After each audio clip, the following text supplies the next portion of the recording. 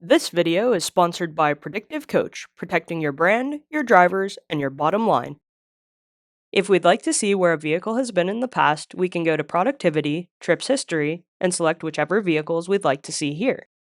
Under Options, we can choose the time frame we'd like to view, and if we're interested in seeing where our vehicle is driving currently, we can flip this toggle to On and then click Apply Changes. The default that we see here is the current trip along with the driver's current position. We can scroll up through this list to see each stop that was made today in this list view, including details like what time the vehicle was being driven, how long it was driven, and the distance covered during the driving time.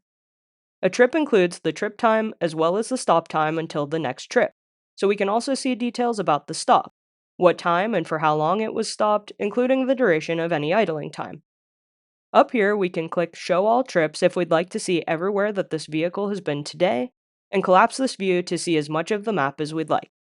From here, we can zoom in to see second-by-second trip details, including the speed at any given second, and any exception events that were captured during this time, such as the max speeds being exceeded.